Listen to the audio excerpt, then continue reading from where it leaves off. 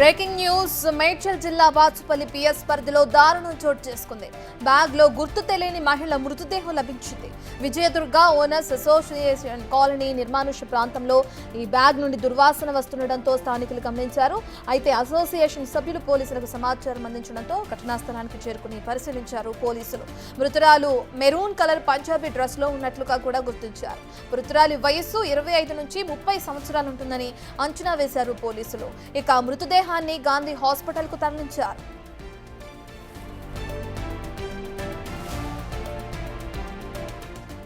ఈ గుర్తు తెలియని మృతదేహానికి సంబంధించిన పూర్తి డీటెయిల్స్ అందించడానికి మా ప్రతినిధి విజయ్ అందుబాటులో ఉన్నారు.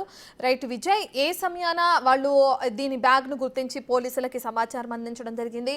పోలీసులు ఇప్పుడు ఏ విధంగా కేసు నమోదు చేసుకున్నారు? ప్రస్తుతం మృతదేహానికి పోస్ట్ మార్టం నిర్వహించారా లేదా? బాచుపల్లిలోని రెడ్డి ల్యాబ్స్ అయితే దారుణ ఘటన వెలువడింది.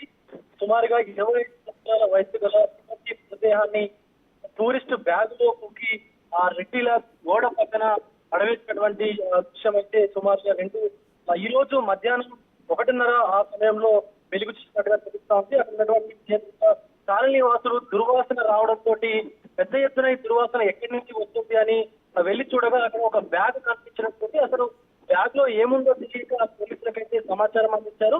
అక్కడికి చేరుకున్నటువంటి పోలీసుల సమక్షంలోనే అధికారులు బ్యాగ్ ని ఓపెన్ చేసి చూడగా దారుణమైనటువంటి సంఘటన చూసింది. ఆ యువతి మెరూన్ కలర్ డ్రెస్ లో ఆ బ్యాగ్ లో అత్యంత దారుణమైనటువంటి పరిస్థితుల్లో కుక్కబడి అసలు చూడడానికే చాలా దారుణమైనటువంటి పరిస్థితి కనిపిస్తా ఉంది. ఆ యొక్క మృతదేహం కూడా బయటపడింది. సో ఈ మృతదేహాన్ని ఇక్కడికి ఎవరు తీసుకొచ్చారు, అసలు ఎవరు ఇంతటి దారుణానికి ఒడిగట్టారు అని చెప్పి పోలీసు అధికారులు అయితే అక్కడ ఉన్నటువంటి చుట్టుపక్కల ఉన్నటువంటి సీసీ కెమెరాలను కూడా పరిశీలిస్తా ఉన్నారు.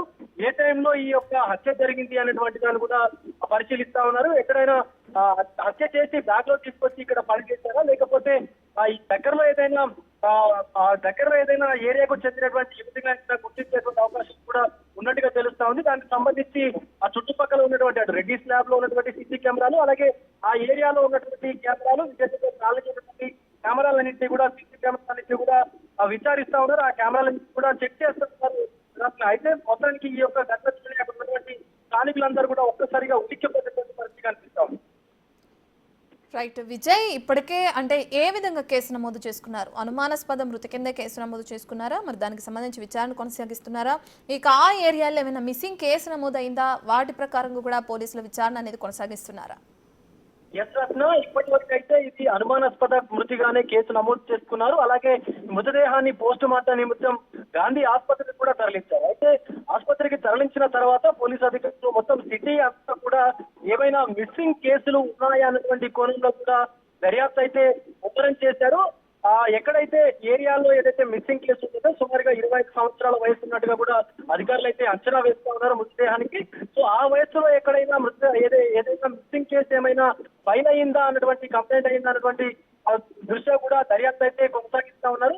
సో మొత్తానికైతే ఇది మిస్సింగ్ కేసు లేదా ఏదైనా ఇంకొకటి అనుమానాస్పదంగా కేసు అయితే చూస్తా ఉన్నారు. బట్ మిస్సింగ్ కేసులు ఏమైనా ఉంటే ఆధారాలను చూసి కూడా తేల్చేటువంటి అవకాశం అయితే కనిపిస్తుంది. Right, thank you Vijay.